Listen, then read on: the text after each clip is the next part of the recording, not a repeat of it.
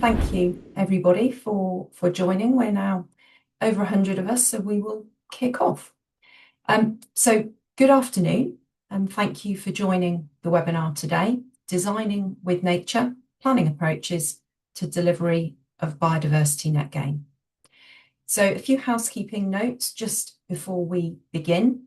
The session is being recorded and it will be uploaded to the Gowling WLG website and circulated via a follow-up email. Do please use the Q&A function for questions throughout. We will try and answer as many of those questions as we can towards the end of the session. If we don't get to answer your question live, though, we will do our best to come back to you separately afterwards. So we've got an hour scheduled. We will aim to finish just before that, though. We're going to start with a general conversation around habitat management plans in particular. We'll then look at how those plans are being delivered in practice, and then finally looking at the market for buying units where developers aren't undertaking BNG themselves. As I say, we will conclude with Q&A, so do send your questions and comments throughout. So kicking off, I'm Helen Emmerson, a partner in our real estate practice here at Gowling WLG, and I'm joined by Ben Stansfield, who's the partner who leads our sustainability practice.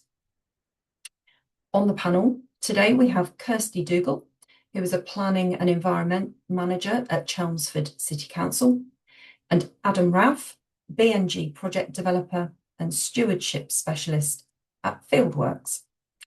If you'd like to each tell us a bit about your respective roles in the BNG space, please.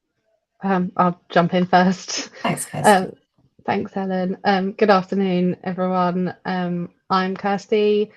As Helen said, planning environment manager at Chelmsford City Council in Essex, about half an hour train ride out of London, just for a bit of context. My role is predominantly managing planning and natural environment functions within development management. I'm a planner by trade, so I've dealt with the full range of planning applications that are submitted to our local authority, whether that be strategic housing or smaller developments. And now my team is responsible for biodiversity net gain consultation responses and advice to planners, so I'm involved across the board. Thanks, Kirsty. Thanks. Adam. Hi, thanks for the intro. So my role is quite niche, so BNG project developer and stewardship specialist. So in practice, that means we basically support our clients with any BNG projects, whether it's on-site or off-site, and help them with the process through feasibility and design and planning, all the way through to practical implementation, and then the big stewardship piece. And that gives us a really good insight into each of those different processes. So hopefully we can share some of that insight today and people find it useful. Okay. Thank you, Adam. So first question to you, please, Kirsty. In terms of the habitat management plans that are now being submitted to Chelmsford, what BNG information is Chelmsford and other LPAs wanting to see during that application process?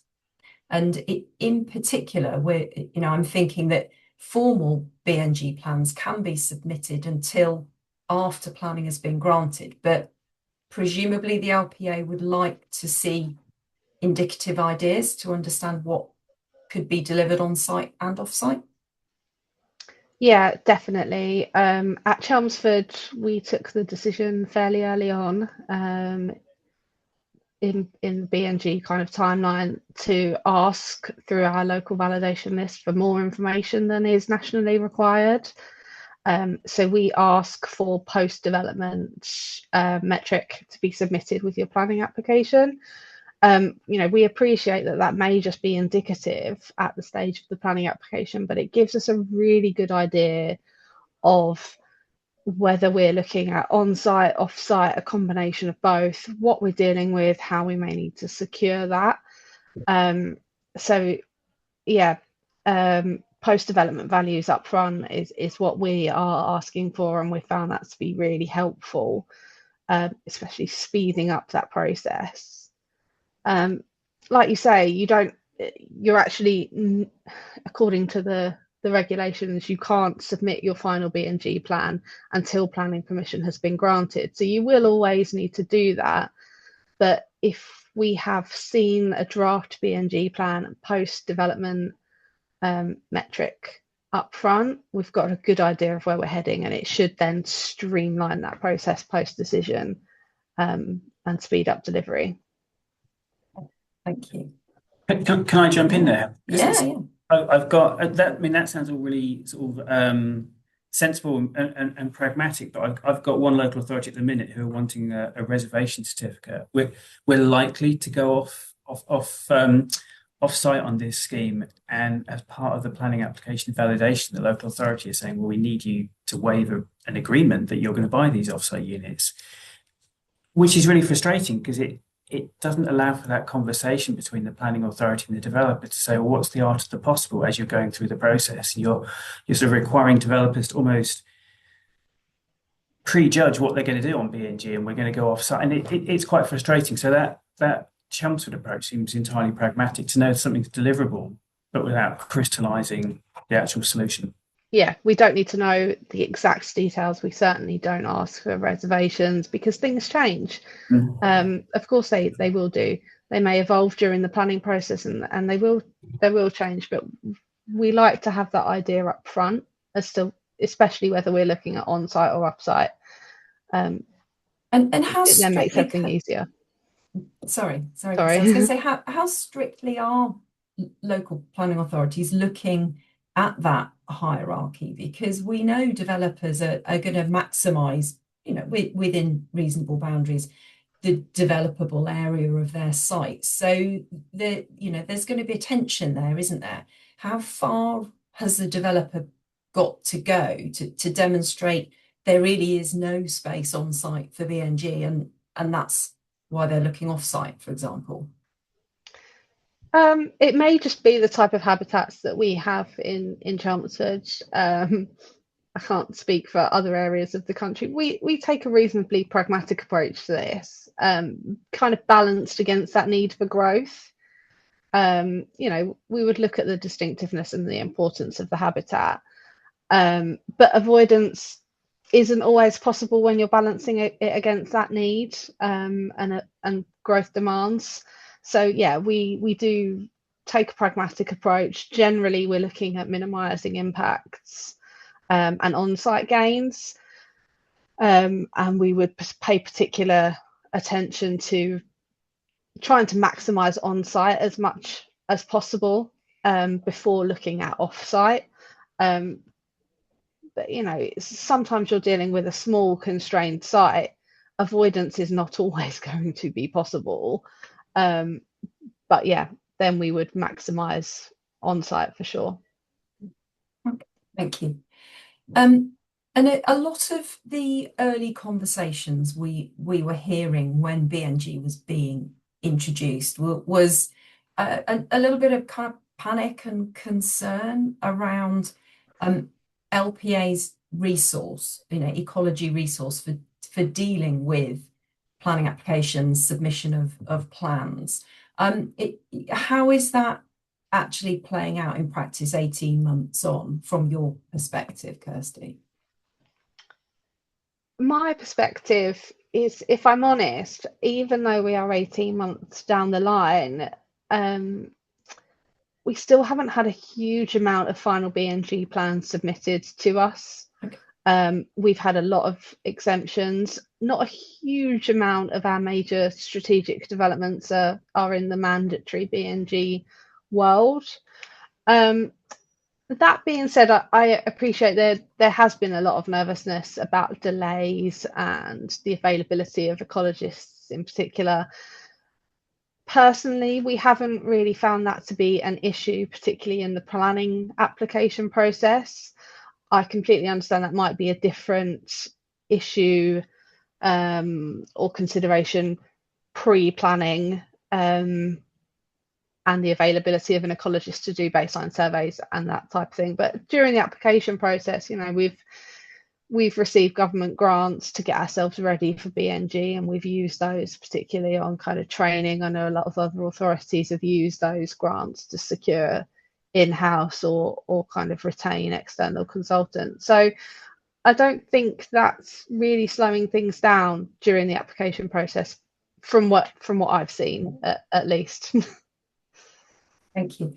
And then just looking at kind of the cost side of things. So when you're considering these plans, are you considering the ongoing maintenance costs that some of these proposals might, you know, include, the sort of burden for residents, for example, if we were looking at a you know, house builder development, and are you looking at challenging developers to dial down some of those expensive BNG suggestions they might be tempted to come up with? And Adam, I'd really welcome your perspective on this too, after Kirsty's thoughts, please.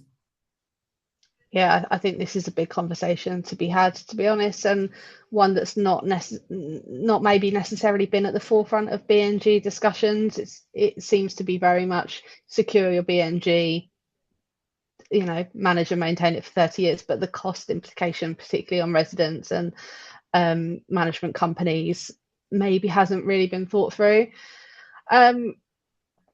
Again, pragmatic approach, really. Ultimately, we're looking for enhancements and biodiversity net gain that it is feasible and can be secured and managed. If we were looking at a habitat kind of delivery that is going to be incredibly expensive and that cost is going to have to be passed on to residents, I think we would question that, because, you know, 30 years, it just doesn't seem quite as feasible, easy, and as practical as it could possibly be. So I think we would look at that as a consideration, balanced against, we're not going to say, you know, don't deliver this type of habitat that's really needed because it's going to be expensive. But there's got to be a middle ground there, I think. I'm not sure on Adam's experience, probably got more experience of that than we have. Yeah, I think the big thing we're seeing is actually that early engagement piece. So the house builders and developers that we're working with are certainly starting to come to us now and say, can you provide us with a high level technical cost budget? So we know what it's going to cost to do the practical implementation. We know what the establishment period cost is likely to be, and then we know what that standard maintenance period's going to look like. So they're getting those figures really early on in terms of helping them make decisions as to what's going on. And this is the same on-site or off-site. I think from an off-site point of view, Habitat Bank developers want to know what they're going to get in terms of return on their investment. So they want to know what that habitat's going to cost to implement and then maintain. I think what we're actually seeing is the on-site vegetation isn't impacting that sort of standard public open space maintenance cost. It's the costs are sort of getting inflated through monitoring requirements and reporting requirements. So the actual sort of grounds maintenance, if you like, element isn't swaying those open space budgets particularly. And in some cases, the maintenance regime may be less intense than a amenity open space. So there is occasions where you're seeing lower costs being driven through. But again, it's on the radar for developers, and they're considering that, which is really positive, I think. Thanks, Anne. Yeah, and I was going to add that it sort of goes to Kirsty's pragmatism, right? That where a habitat needs to be provided, but it's going to be perhaps a bit more involved on management or cost. You know, that might be something that actually it's more appropriate to get an offsite unit for, and you kind of leave the more vanilla stuff with the ongoing sort of residents to pay for, and kind of leave the more complicated, more expensive, more involved maintenance and management to the BNG specialists who are sort of set themselves up as dedicated habitat banks and this is all we do. We're really good at this. And it's kind of separating that, yeah, somebody's going to be on site, but the trickier stuff is probably best elsewhere. Yeah. Thanks. And finally, Kirsty, what have you and your team been able to do and in terms of helping guide developers on BNG best practice, for example? We so our local authority, we run agent and developer forums, usually twice a year. We were flagging BNG requirements and what we would be looking for at those way before mandatory BNG came in. So we introduced the topic really early on, and we were available. I think we were really open and honest and said, you know, this is a new regime. We haven't got all the answers, but this is what we're looking for, and we'll need to work through this together. Again, usual stuff, website pages with some information, directing to the government guidance, particularly the government guidance for developers and landowners in the space of BNG. There is a lot of advice out there. Sometimes tricky to navigate your way through that advice, but we've tried to pick the right bits out. Also, in terms of making it easy, we are encouraging or requiring use of the templates for BNG plans and HMMPs. The template is there. Why we don't need to rewrite them. Yeah. That ensures that we have all the information we need. And then I flagged it at the start, but our local validation list, we were quick off the mark with that at Chelmsford. And I think that has been a real game changer for us, because we've had those expectations from the very start. Definitely including post-development metrics upfront with your application. It's required people to think about BNG at that early stage, probably not as early as some of them should have done. And this is particularly with smaller developments. We find it's more tricky. Large scale kind of house builders have been doing this for a while now, and it's not come as a surprise to them, and they've got their ducks in a row. But the smaller developers, we're getting them to think about it. And I am going to need to deliver BNG. So how am I going to do that? Am I going to need to do it on site? Am I going to need to commit to 30-year management? I think that has been the key for us. And I know a lot of other Essex authorities have looked at that as well, off the back of kind of Chelmsford doing that. So I think that's been really helpful. So I just encourage anyone, I think, to look at post-development values and submit those with your planning application. Yes, they'll be indicative, and yes, they may change, but it gives a good ballpark, and it gives a good understanding of what we're looking at. Thanks, Kirsty. Adam, picking up on Kirsty's comment just a moment ago about encouraging developers to think about BNG early on in the process. In your experience, how early in that design stage are you seeing BNG being considered? Is it fully integrated, or really is it still a bit of a bolt-on at this stage? I think BNG is absolutely considered at the very early stages of the development. Often what we're seeing is kind of just the metric element, like what is our post-development unit requirement going to be? Once that's understood, then it kind of gets left. And I think what we really want to encourage is that added interest of, again, going back to the stewardship piece, because that's the practical delivery bit that it's easy to fix any stewardship problems during that sort of feasibility and design stage than trying to fix them down the line when plans have been agreed, and then you have to go back and alter things and speak to the planners.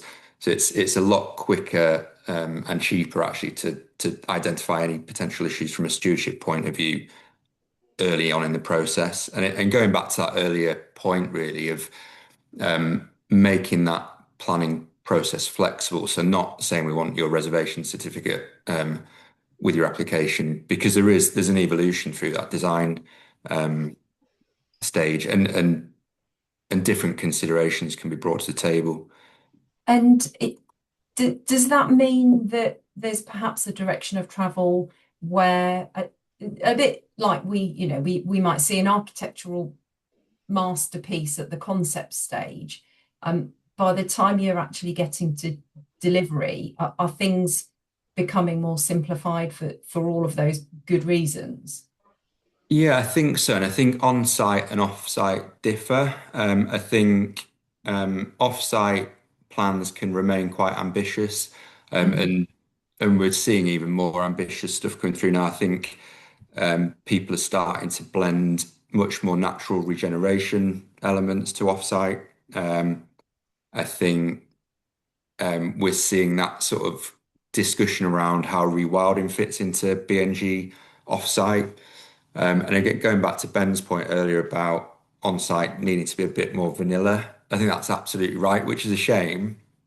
But trying to do natural regen and rewilding on a resi development and having sort of wild ponies running around and grazing herds, it's just not practical. It'd be amazing, but it isn't. It's not practical or feasible. And from a management company point of view, it'd be a nightmare.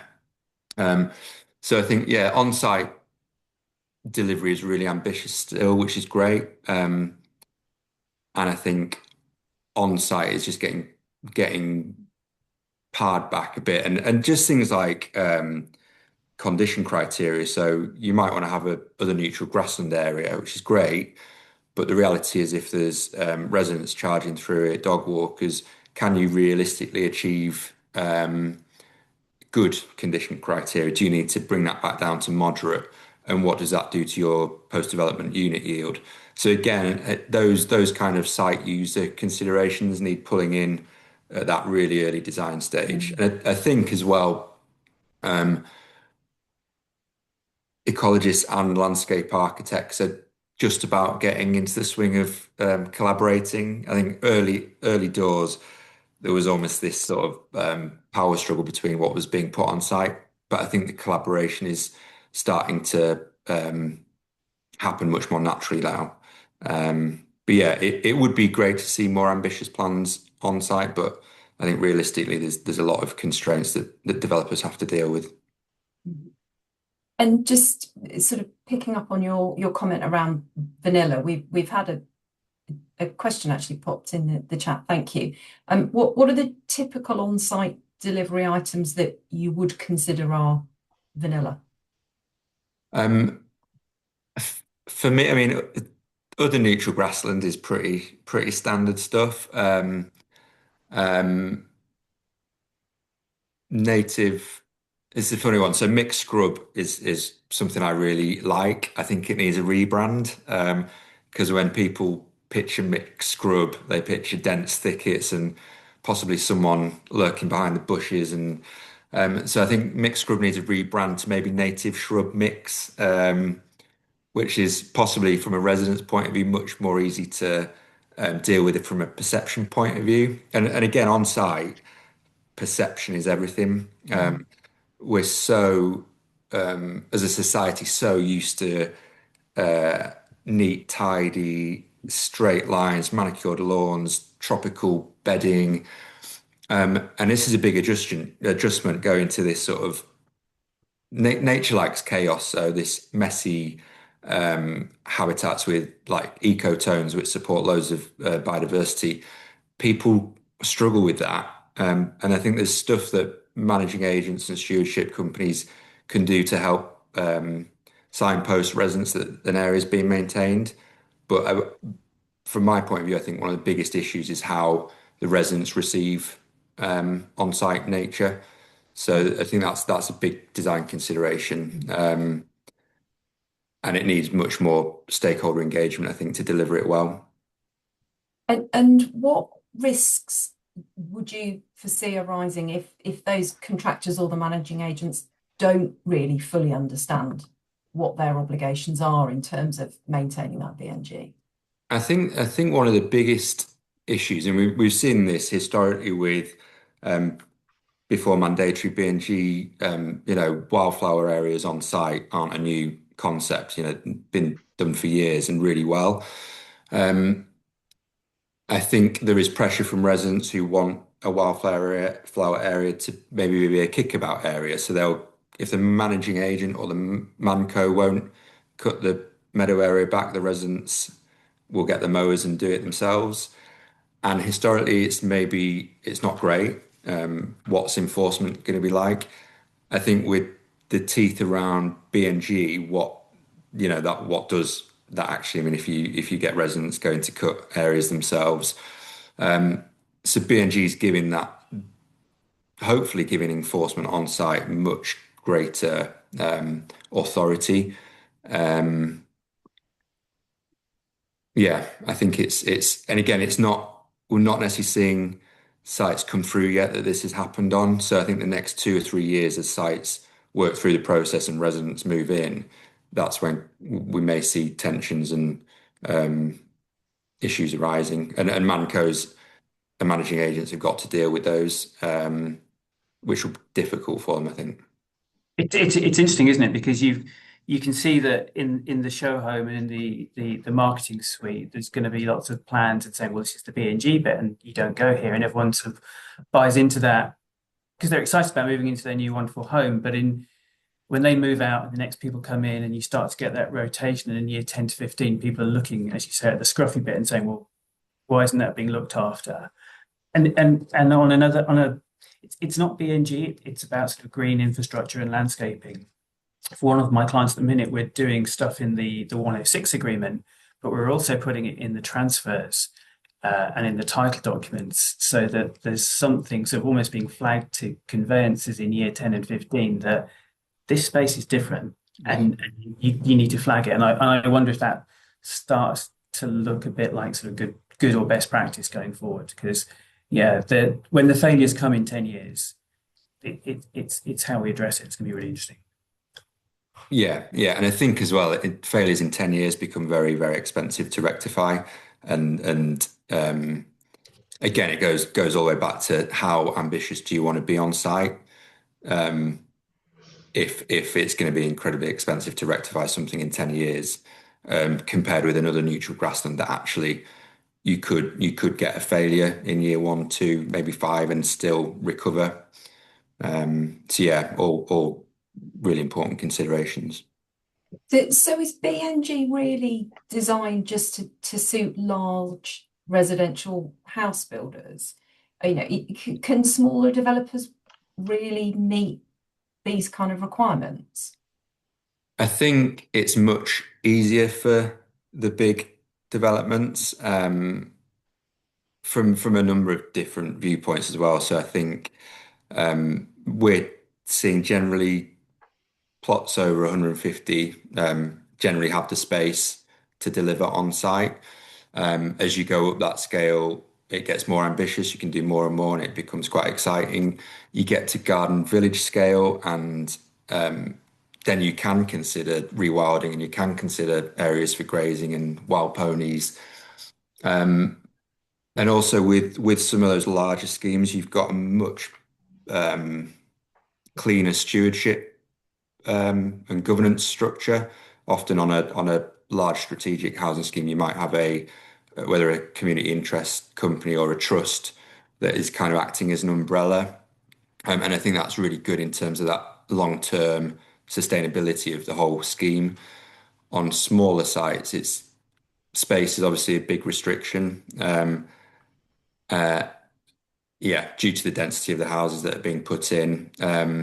And you go smaller and smaller, and we don't deal with a lot of small site in terms of under 9 plots, but that is where constantly seeing pain points, whether it's from ecologists or from house builders that just really struggling to deliver anything meaningful on site, but then have to follow that process. So it'd be interesting to see how that evolves actually. I think if I can just jump in, sorry. I'd completely echo echo that. From a local planning authority perspective, it is, you know, smaller house builders, particularly kind of 1, 2, 3, 4 houses, really challenging to get anything on site. Space is constrained, you're capped at vegetated garden, you're then looking straight at offsite. You know, we're that scale of house builder aren't looking at BNG from the kind of inception stage of the development. It is a bit of an afterthought, and that is a real, like you say, pain point, I think. And I think this is kind of captured in the government's consultation looking at the exemptions as well. It does seem to be more geared up at the moment towards large scale residential. Thank you. We'll move on to units in a moment, but just one sort of final question around the delivery. Are you seeing differences in terms of delivery between residential, which we've talked about a lot today, and commercial schemes? I think, again, depending on the commercial scheme, you know, if it's a big warehouse or a shed on the motorway or logistics site, the maximising the space for that operational output. And in a way, I think it's then easier for those developers early on to say this, in terms of practical operational function, this site needs to do this. We're therefore going to go straight off site, and I think it's a much easier process for them to work through. And I think with on site, you've got that whole kind of human nature interaction at play as well. So it isn't just a case of should we go on site or off site. It's considering that kind of. It's been quite a polarizing topic, but should it be on site? Should it be off site? Off site's better for nature, but actually the reason we're in a biodiversity crisis is because we're so disconnected. So surely removing nature from people on site is not going to solve that situation. So I think it's on site. It's a real opportunity for blended models. So do what you can on site. Obviously follow the mitigation hierarchy.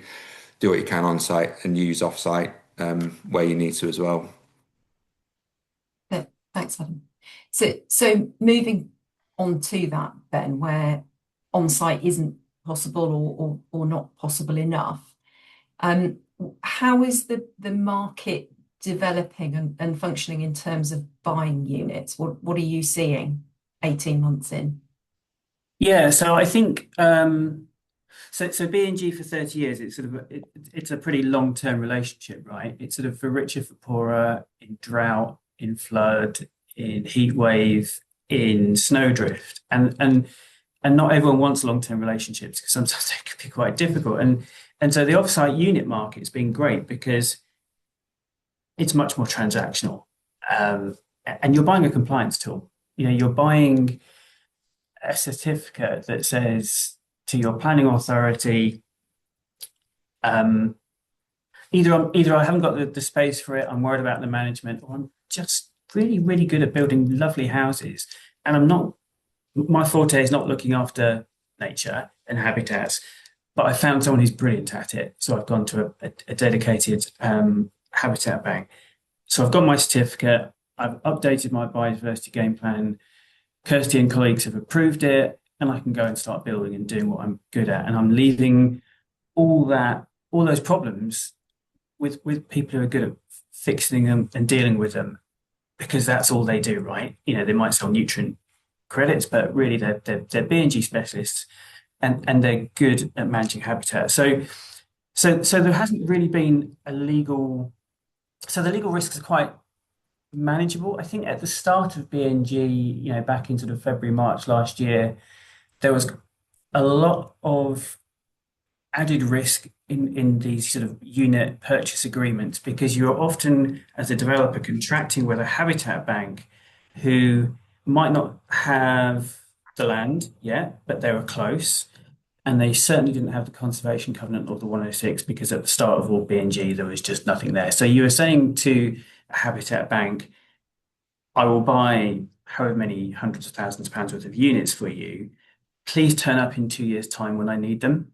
And the Habitat Bank saying, yeah, don't worry, we've got some land roughly sorted out and we'll probably do the conservation covenant. And so there was risk there, because there was always that fear stoked by paranoid lawyers like me that they might not deliver the day before you want to commence, and you're going to have to go to the market and pay double the price. That's now settling down, right? Because there are loads of habitat banks, good quality habitat banks, who've kind of got a stock room full of units.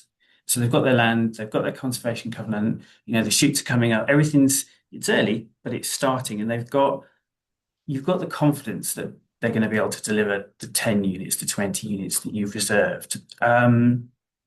So from that respect, a lot of those issues have died down, I think. So sometimes when developers are buying a large number of units, they've been a little bit concerned about reputational issues rather than legal. Say, look, what if we're buying half the units from that habitat bank and it becomes known as the Ben Stansfield Habitat Bank because I bought units? Is that going to be a problem for me? That's not really a major issue to deal with. And I suppose the other, well, not too difficult to get your head around. The other big issue that I've sort of seen is a lot of developers are wanting to do a bit of due diligence on their habitat banks. Again, they're not legally responsible, and it's a compliance product they're buying, but they just want us to have a quick look at the conservation covenant and make sure there is financial security there, so that they know the product they're buying from the right sort of entity is going to be looked after for 30 years. So those are the risks that are sort of being mitigated there. From a local authority perspective, how easy or quick is it to buy offsite units and get that agreement in place? So at the start, it was taking us some time because there wasn't really that standard approach to doing it. So for some clients, we looked at about 10 or 12 different terms and conditions, and they were really, really quite different. And it took us a while to go through and work out where the gaps were. I think now that a number, and it's not just Gowling, the market generally has sort of gone through that process. Habitat banks have refined their terms and conditions. And so there's been an evolution of the contract, and now they're much more fairly balanced. I've got one at the minute, which we probably started last week. We'll probably sign it today or tomorrow. So you can, with a good wind and a good quality habitat bank with decent terms, you can do it in a week. If you're looking to do something a bit sexier, like you're a big developer and you're going to have 5, 10, 20 projects, you might say, well, let's have a framework agreement. And that might take a month or two to do. So the transacting is really quite quick now, which is great. It means that you can get on site quicker. You can do these projects much smoother. And there's a good number of habitat banks out there.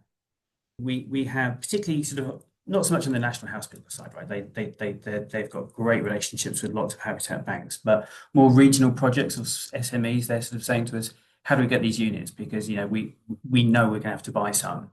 And we're in a privileged position here that we know a lot of the habitat banks, so we're sort of sending notes out to our contacts, sort of the World Capital, the Environment Banks, and the like.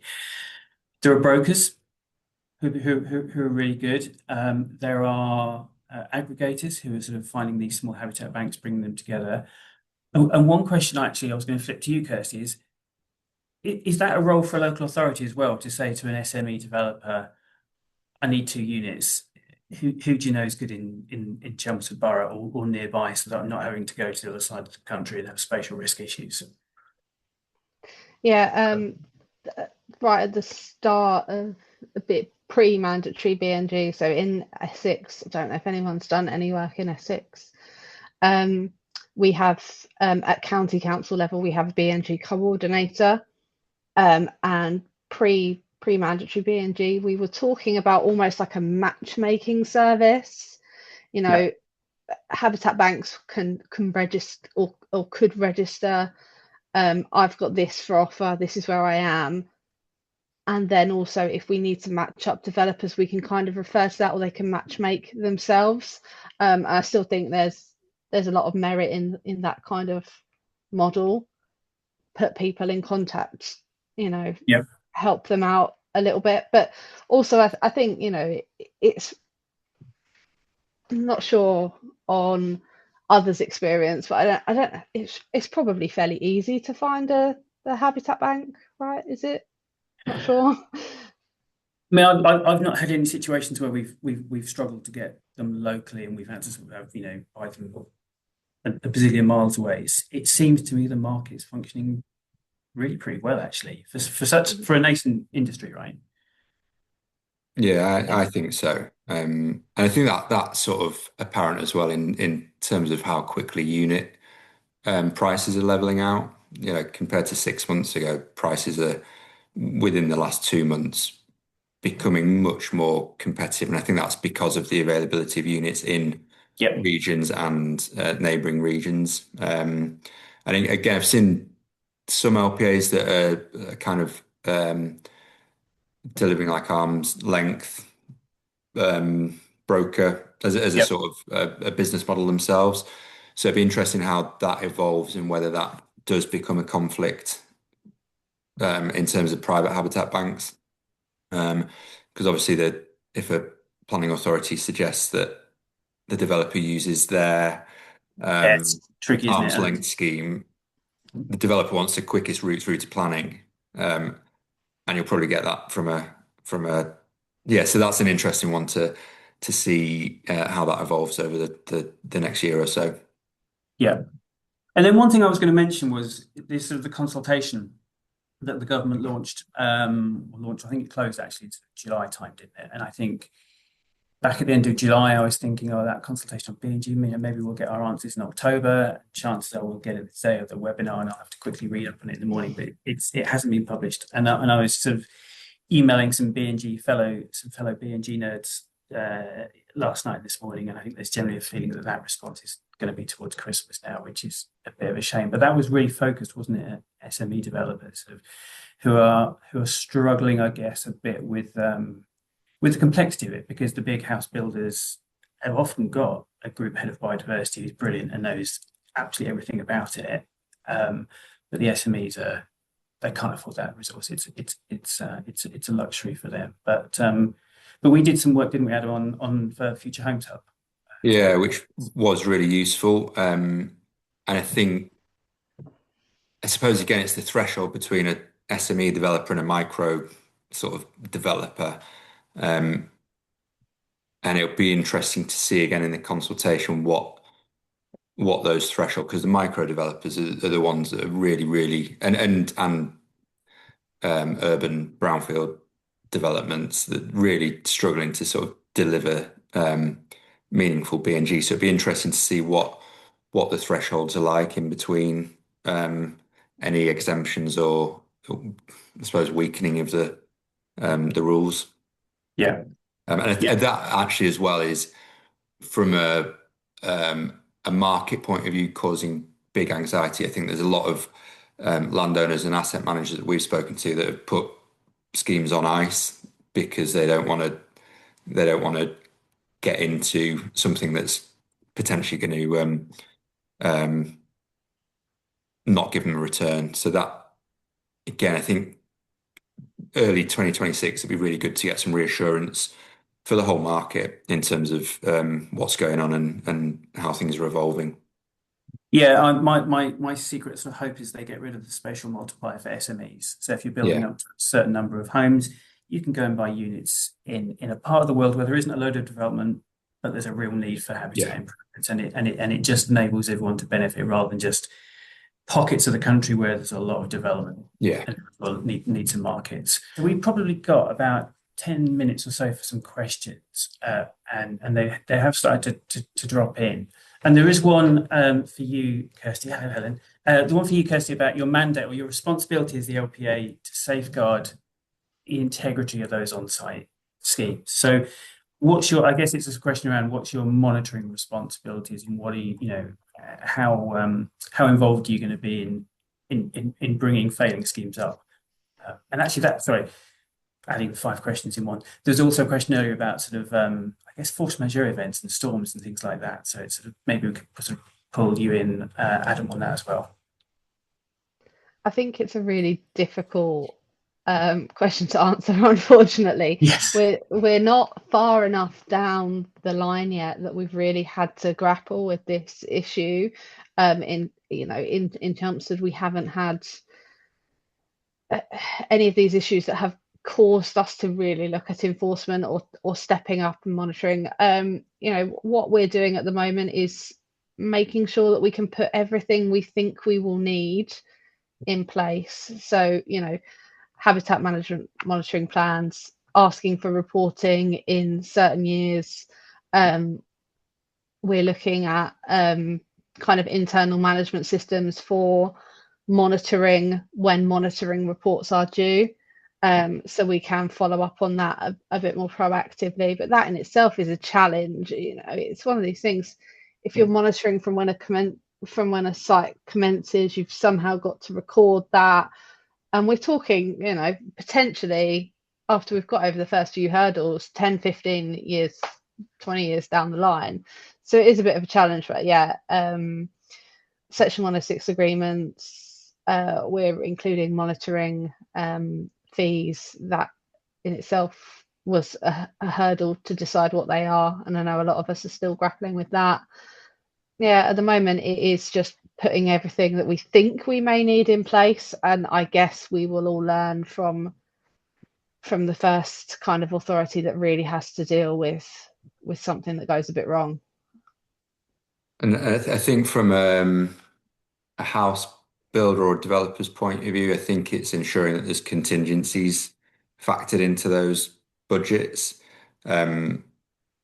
Just assume that something is not going to work out how you hope it will, and if you've got a contingency there, that softens any remedial requirements that you've got to do. I think the other thing we're seeing is what we call the establishment period. So that period from implementation to reaching target condition, that's when it's most intensive in terms of specialist habitat management, the contractor knowing what they're doing and not running over the wrong things with the wrong mower.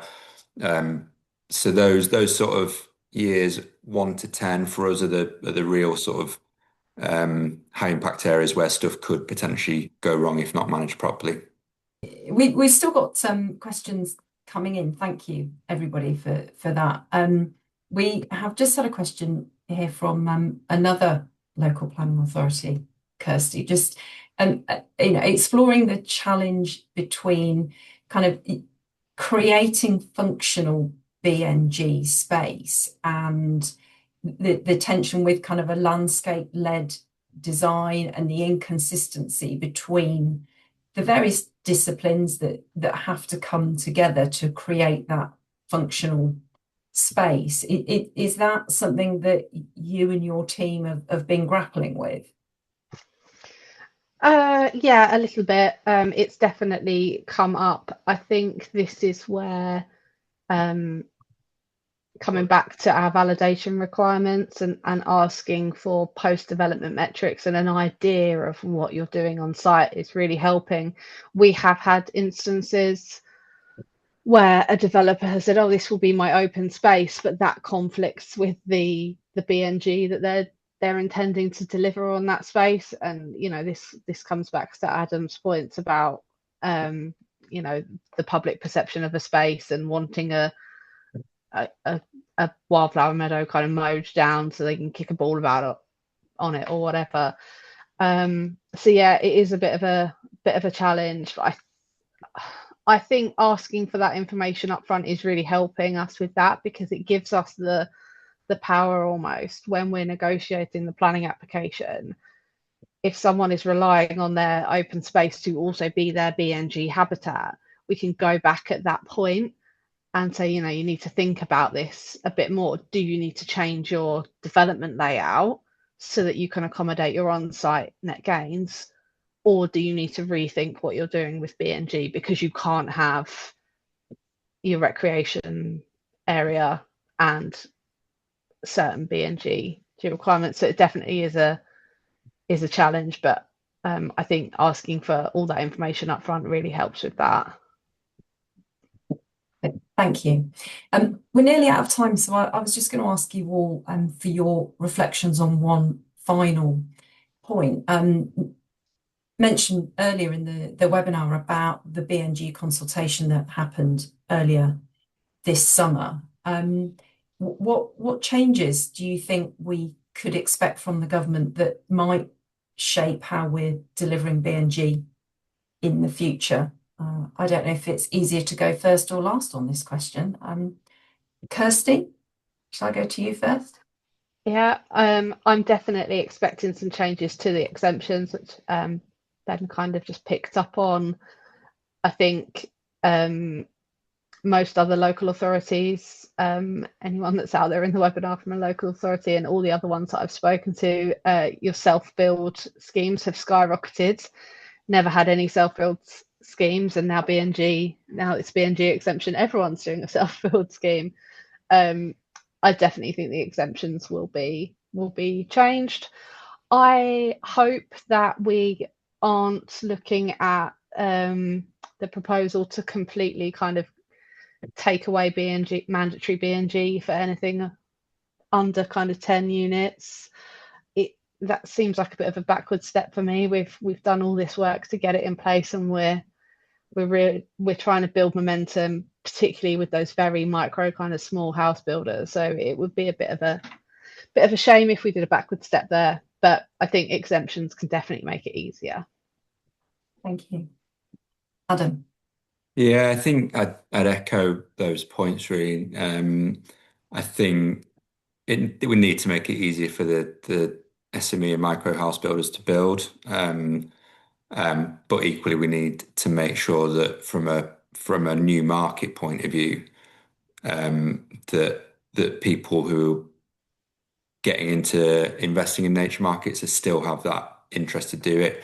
I think there's stuff going on parallel to BNG in terms of corporate nature markets, which is probably another topic for another day. But it'd be interesting to see how many habitat bank providers have to switch over to the nature markets in terms of kind of a mitigation strategy to help them continue to operate. Because if there's a 70% reduction in people that need BNG, all these new habitat bank providers are going to be scratching around for business, I think, which is a worry.